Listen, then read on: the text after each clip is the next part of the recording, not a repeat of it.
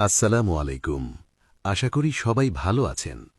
আজকেও আমরা একটি বহুল ব্যবহৃত ও গুরুত্বপূর্ণ ঔষধ নিয়ে আলোচনা করতে যাচ্ছি। বন্ধুরা, স্ক্রিনে যে ওষুধটি আপনারা দেখতে পাচ্ছেন সেটি হল অ্যামব্রক্স সিরাপ। আজকের এই ভিডিওতে অ্যামব্রক্স সিরাপের কার্যকারিতা, কখন খাবেন, কি পরিমাণে খাবেন, এর পার্শ্ব প্রতিক্রিয়া, সতর্কতা, গর্ভাবস্থায় ব্যবহার এবং কারা এই ওষুধ খেতে পারবেন এসব বিষয় নিয়ে বিস্তারিত আলোচনা করা হয়েছে। যারা নিয়মিত স্বাস্থ্য ও ঔষধ বিষয়ক তথ্য পেতে চান তারা আমাদের চিকিৎসা বার্তা চ্যানেলটি সাবস্ক্রাইব করে পাশে থাকুন।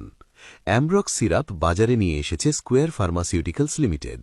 এছাড়াও বাজারে অ্যামব্রক্সল হাইড্রোক্লোরাইড গ্রুপের বিভিন্ন ঔষধ পাওয়া যায়, যেগুলোর মধ্যে বহুল ব্যবহৃত হল মিউকোসল, বোকসল, অ্যাম্বোটেন, অ্যাম্বোলাইট ইত্যাদি। এই সিরাপে রয়েছে অ্যামব্রক্সল হাইড্রোক্লোরাইড 15 মিলিগ্রাম 5 মিলিলিটার, যা একটি শক্তিশালী মিউকোলিটিক ও এক্সপেক্টোরেন্ট ঔষধ। এই উপাদানটি শ্বাসনালীর ভেতরের ঘন কফকে পাতলা করে এবং সহজে বের হতে সাহায্য করে, ফলে শ্বাস নিতে আরাম হয়।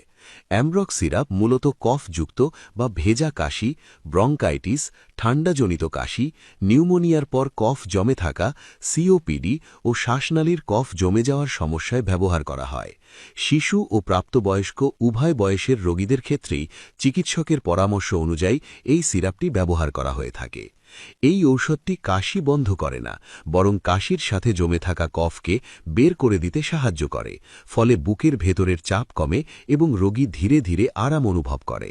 অ্যামব্রক্স সিরাপ খাওয়ার নিয়ম সম্পর্কে বলতে গেলে রোগীর বয়স, ওজন ও রোগের তীব্রতার উপর ভিত্তি করে ডোজ নির্ধারণ করা হয়। সাধারণত প্রাপ্তবয়স্কদের জন্য দিনে 2-3 বার 10 মিলি করে দেওয়া হয়।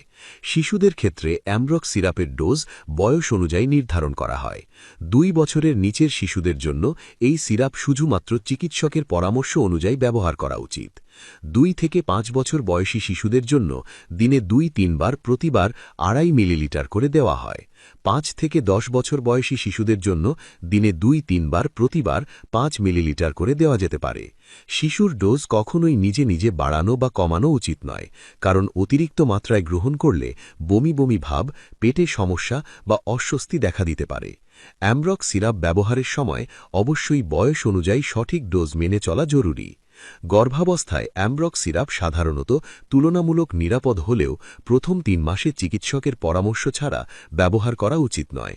স্তন্যদানকালীন সময়েও প্রয়োজনে চিকিৎসকের পরামর্শ নিয়ে ব্যবহার করা ভালো। অ্যামব্রক্স সিরাপ সাধারণত ভালোভাবে সহনীয় হলেও কিছু ক্ষেত্রে বমি বমি ভাব, পেটে অস্বস্তি, ডায়রিয়া, মাথা ঘোরা বা মুখ শুকিয়ে যাওয়ার মতো পার্শ্ব প্রতিক্রিয়া দেখা দিতে পারে। যদি পার্শ্ব প্রতিক্রিয়া বেশি মাত্রায় দেখা যায় তাহলে অবশ্যই চিকিৎসকের শরণাপন্ন হতে হবে। যাদের গ্যাস্ট্রিক আলসার, লিভারের সমস্যা বা অ্যামব্রক্সলের প্রতি অ্যালার্জি রয়েছে তাদের ক্ষেত্রে এই ঔষধ ব্যবহারে সতর্কতা প্রয়োজন।